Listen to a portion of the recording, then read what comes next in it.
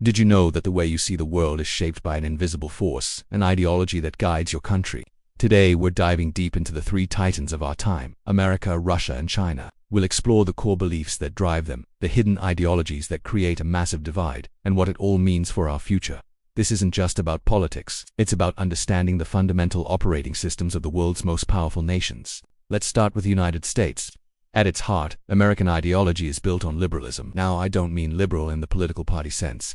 I mean classical liberalism, the philosophy of thinkers like John Locke. This idea champions individual liberty above all else. Freedom of speech, the right to own property, and the belief that government should have limited power are the cornerstones. The American dream itself is a product of this ideology. The idea that anyone, regardless of their background, can achieve success through hard work and determination. This belief in individualism and free markets has propelled America to become a global economic and cultural powerhouse. It's an ideology that America has actively promoted around the world, believing that democracy and individual freedom are universal values that every nation should aspire to. But this very promotion of universal values is where the clash begins.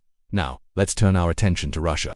To understand Russia, you have to understand its deep-seated belief in being a unique civilization. This isn't a new idea. It traces back centuries to the concept of the Third Rome, where Moscow was seen as the spiritual successor to Rome and Constantinople. Today, this has evolved into a political ideology often called Eurasianism or sovereign democracy. The core principle here is sovereignty. Russia sees itself as a distinct civilization, neither purely European nor Asian, with its own path and its own set of values. It resists what it views as the imposition of Western liberal norms. From the Kremlin's perspective, the American push for global democracy isn't about freedom. It's a form of cultural and political imperialism designed to weaken other nations and maintain U.S. dominance. So, Russia champions a multipolar world, a world with multiple centers of power, where each major civilization, like Russia, China, or the West, respects each other's sphere of influence and doesn't interfere in internal affairs.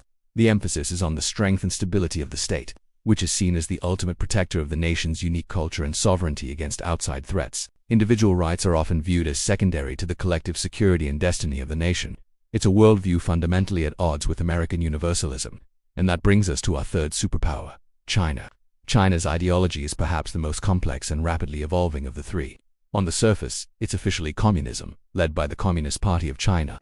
But in practice, it is a unique hybrid that some call socialism with Chinese characteristics or simply the China model. This system blends the authoritarian single-party rule of Leninism with a dynamic state-guided market economy. The core belief here is pragmatism and performance. The legitimacy of the government isn't based on elections or divine right. It's based on delivering results, economic growth, stability, and national rejuvenation.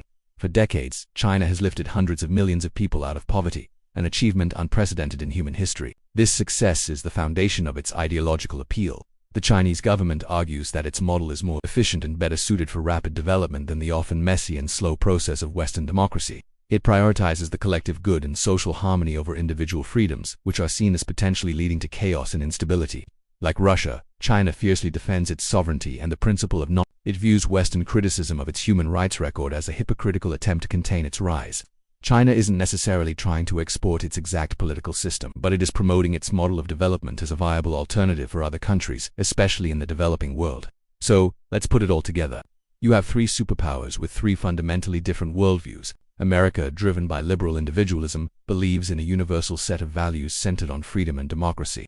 It sees itself as a shining city on a hill, a model for the world. Russia, fueled by a sense of civilizational uniqueness, champions state sovereignty and a multipolar world order. It resists what it sees as American hegemony and the erosion of its traditional values.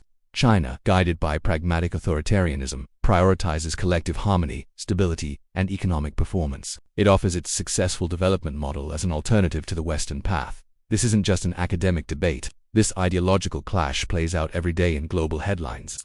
Think about the debates at the United Nations. Conflicts over trade and technology like the 5G race, or differing responses to global crises. Each nation acts according to its core ideological programming.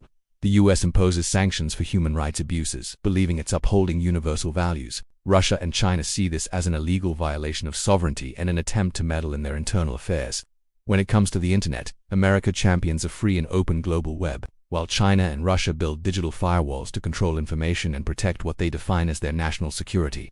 The competition over technology is a perfect example. For the US, a company's success should be based on free market competition. For China, tech giants are national champions, instruments of state power to be supported and guided to ensure the nation's technological supremacy. These aren't just business disputes, they are battles for the future, rooted in deep ideological differences about the role of the state, the individual, and the economy. So what does this mean for the future? We are likely entering an era of sustained ideological competition. It's not a new Cold War, because the world is far more interconnected economically than it was then, but it is a deep and serious rivalry of ideas.